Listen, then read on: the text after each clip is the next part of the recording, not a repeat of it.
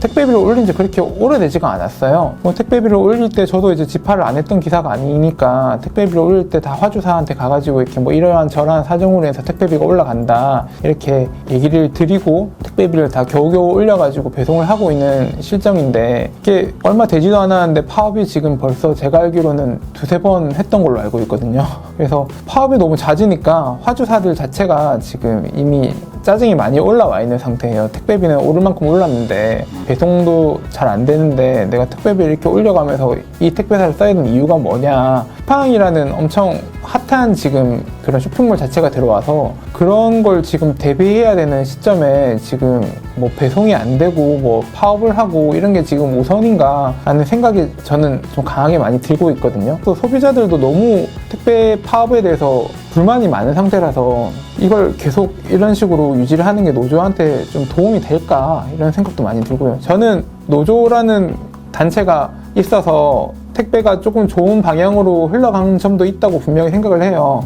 뭐 분류 도우미도 생기고 솔직히 이렇게 관심 받지 않았던 그런 택배 기사에 대한 그런 열악한 업무 환경에 대해서 어느 정도 관심도 많이 받으면서 좋은 점으로 간 점도 많다고 생각을 하는데, 무리한 파업으로 인해서 그런 소비자들에게 피해를 주고 이런 게 노조 측에도 그렇게 좋은 바람직한 방향은 아닐 거라고 생각이 들어서 좀 안타깝게 생각을 하고 있어요, 지금은.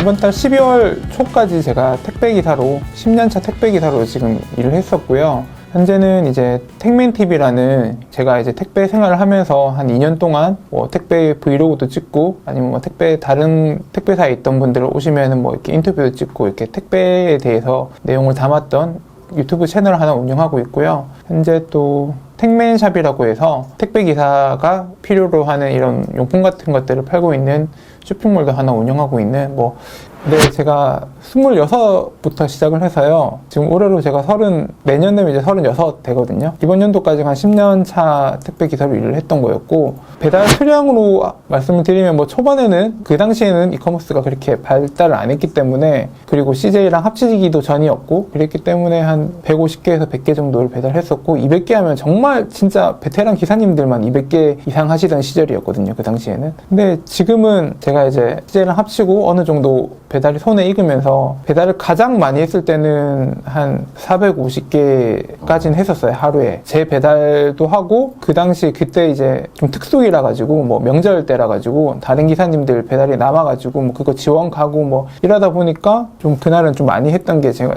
최고 기록을 찍었던 게 한 450개 정도를 했었고요, 하루에. 제 걸로 하면은 한 하루에 한 300개에서 330개 정도까지는 했었던 걸로 기억을 합니다. 근데 최근에는 제가 좀 어느 정도 무리하지 않는 선으로 맞추다 보니까 화요일 기준으로 한 280개에서 300개 정도 했고, 평일에는 이제 한 250개 정도로 맞춰가지고 배송을 했던 걸로 기억을 하고 있어요. 제가 이런 말 하면 좀 어떤 분들은 되게 구역이 좋다 이런 식으로 말씀을 하시는데, 250개에서 300개를 하면은 솔직히 말씀드리면은 200개 이상으로 물량이 늘어나면은 배달 시간 차이가 그렇게 크지가 않아요. 어차피 배송 가야 되는 집에 한두 개 더 배달하는 꼴이거든요. 그래서 끼케 한 30분 정도 더 늘어나는 경우라서 저는 한 3시간에서 4시간 정도 배송을 했던 걸로 기억을 합니다. 처음에는 그냥 TO가 있는 자리에 들어가서 했던 거고요. 솔직히 좋은 구역, 나쁜 구역이 없다고 말할 수는 없어요. 이게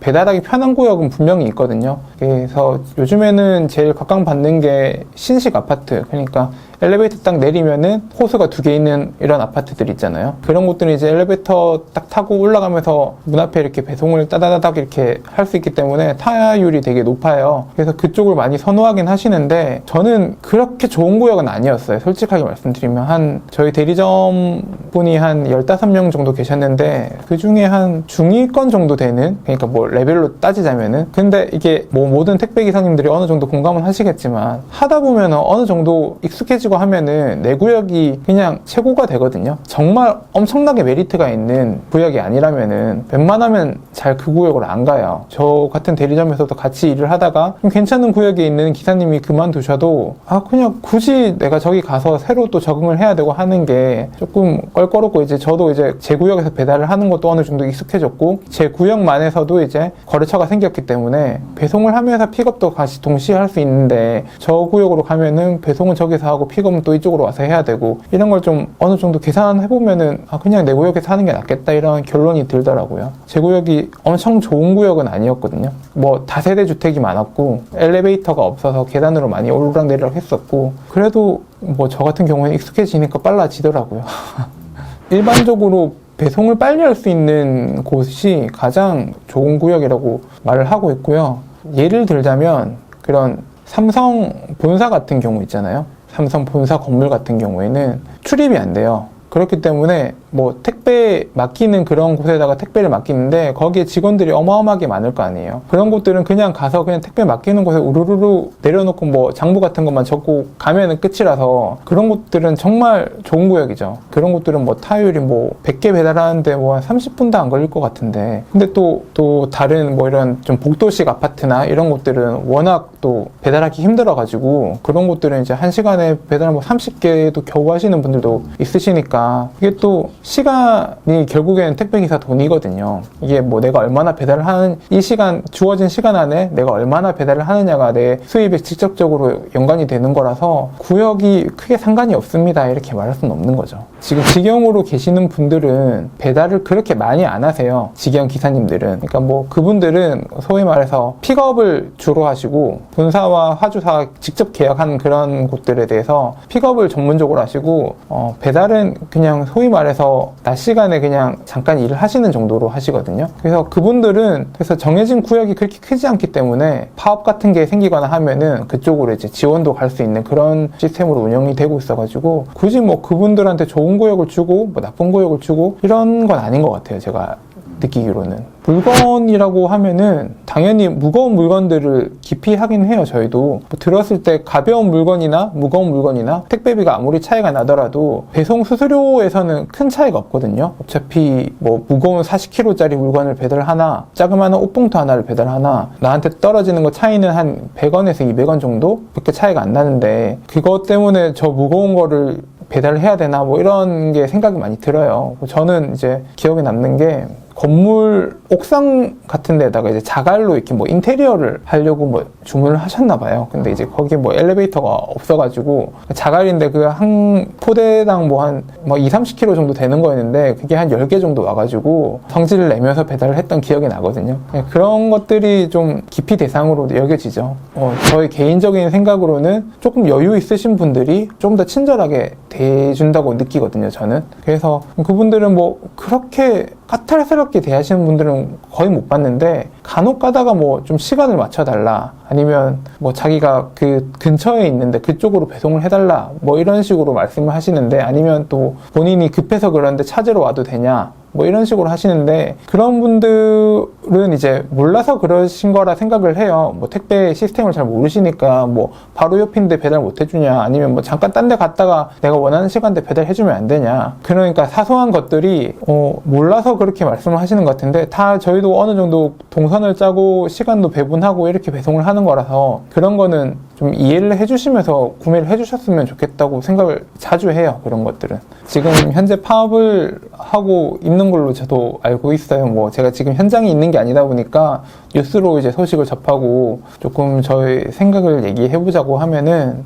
지금 택배사들이 대부분이 택배비를 올렸잖아요. 택배 과로사나 뭐 이런 걸 이제 좀 방지해달라는 요청으로 인해서 사회적 합의기구가 생기고 그런 걸로 인해서 뭐 분류도우미도 투입이 되고 뭐 이런 저런 걸로 해서 이제 사업비가 이제 뭐 좀 많이 들어간다는 명분 뭐 그런 걸로 해서 이제 택배비를 다 올렸는데 택배비를 올린 지 그렇게 오래되지가 않았어요. 제가 알기로는. 그래서 이제 뭐 택배비를 올릴 때 저도 이제 집화를 안 했던 기사가 아니니까 택배비를 올릴 때 다 화주사한테 가가지고 이렇게 뭐 이러한 저러한 사정으로 해서 택배비가 올라간다 이렇게 얘기를 드리고 택배비를 다 겨우겨우 올려가지고 배송을 하고 있는 실정인데 이게 얼마 되지도 않았는데 파업이 지금 벌써 제가 알기로는 2-3번 했던 걸로 알고 있거든요.